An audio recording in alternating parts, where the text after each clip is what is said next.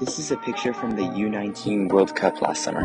On the left is 6'10" Nikola Jovic, a projected first-round pick in this year's draft. On the right is 7'4" Zach Edey, the Canadian big man from Purdue. This is USA teammates and projected top 5 picks Jaden Ivey and Chet Holmgren, who stand 6'4" and 7'1" respectively. And that is Victor Wembanyama. Victor is listed at 7'2", but from the World Cup picture, he's more like 7'5". What's insane is that he's that tall and can still do something like this.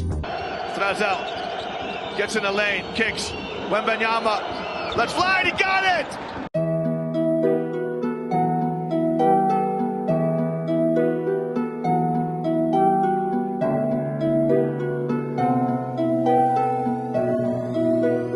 Looks like you lost another one.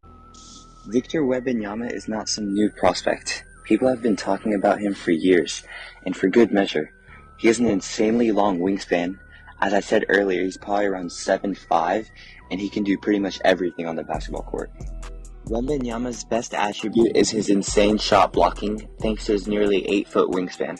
Wembanyama seems athletic enough and is quick enough on his feet to be able to switch onto guards in the NBA, which is an absolutely insane concept for someone that tall. I'm not saying you want him to guard guards in the NBA, but I'm just saying he wouldn't be a huge liability doing so, like most other big men in the NBA. At someone about 7'5", Wembanyama has an impressive handle and a buttery jump shot. At the U19 Olympics last summer, Victor Wembanyama faced off against this year's potential number 1 pick, Chet Holmgren. In a game featuring Chet Holmgren and Jaden Ivey, 2 top 5 projected picks in this year's draft, Victor Wembanyama was clearly the best player on the floor. Wemby was incredible this game, tallying 22 points, 8 rebounds, and an incredible 8 blocks. In a game France lost by 2, Wembanyama had a plus-minus of 7, the best plus-minus on his team. In this game, Chet Holmgren only had 10 points on poor efficiency. Victor Wembanyama thoroughly outplaying a number 1 pick of a draft that he's not even eligible for is crazy, and starts to become insane when you realize Wembanyama is nearly 2 years younger than Holmgren. Of course, critics are always going to point out Victor Wembanyama's size as a concern, just as they did for Mobley and as they're doing for Chet Holmgren. By the time the 2023 draft rolls around, I don't think weight will be a huge issue for Wembanyama. At only 18 years old, Wembanyama already has 30 pounds on Chet Holmgren and about 15 pounds on Evan Mobley, with room to grow. By the time the 2023 draft rolls around, I expect Wembanyama to be about 240 to 250 pounds, which should be enough to go against the NBA's elite bigs. Even if he is on the lighter side, just like Mobley and Chet, his outstanding length and height will make up for it. Although Victor's professional stats don't look super impressive, you have to remember he just turned 18 and is playing in the second best league in the world. Luka Doncic said it was harder to score in the EuroLeague than it is in the NBA. That's probably true, because in Luka's best year in the EuroLeague, he only averaged 16 points per game, and now can average 30 points per game in his sleep.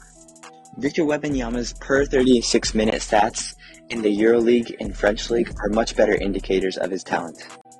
The best comparison for Victor Wembanyama are probably those juicable bull cards from NBA 2K My Team. If I had to compare Victor to a couple current NBA players, I would compare him to Evan Mobley because both are sort of the modern NBA big, as they're very versatile on both ends of the floor. I would also compare Victor to Rudy Gobert, not only because both of them are obviously French, but Rudy is one of the best interior defenders in the NBA and has a super long wingspan, and Victor also projects to be one of the best interior defenders in the game. I'd also compare Victor to a New York Knicks Kristaps Porzingis, not the Mavericks Tingus Pingus, but Knicks Porzingis was very mobile at 7'3". He could shoot really well, he could create his own shot on offense, he was pretty athletic to be that tall, and defensively, Porzingis was a very good shot blocker. At the NBA level, I can really see Victor being that Defensive Player of the Year candidate like Rudy Gobert on defense, and on offense just being able to score from all 3 levels. Now, I might be hyping up Victor way too much, and it may sound like he's just a demigod by the way I'm describing him, but like he kind of is a demigod. The NBA has never seen a prospect that skilled and that tall in history. As much as I hope and pray every single day that the Rockets will get Victor Wembanyama, at best, there's only a 14% chance the Rockets land the number 1 pick in next year's NBA draft. Do I think the Rockets should tank in 2023 for a 14% chance at Victor Wembanyama? I think the Rockets are going to be bottom of the league anyway next year, so I don't think they have to tank deliberately. And even if they don't land the number 1 pick for Wembanyama, I think there is a ton of other players, including another generational prospect in Scoot Henderson. Of course, I want Victor in a Rockets jersey, but I also realize that there's over an 86% chance that will not happen. Wherever Wembanyama goes, I think he's going to be a superstar. It wouldn't be wise for me to talk about fit this early in the process, but Victor Wembanyama can fit with basically any big man in the NBA thanks to his extremely versatile game. If Victor Wembanyama was eligible to enter the draft today, there would be no question that he'd be the number 1 pick, and I don't see anything changing his number 1 status in next year's draft other than a major injury. You can best believe that my eyes will be glued to the screen come the 2023 NBA Draft Lottery.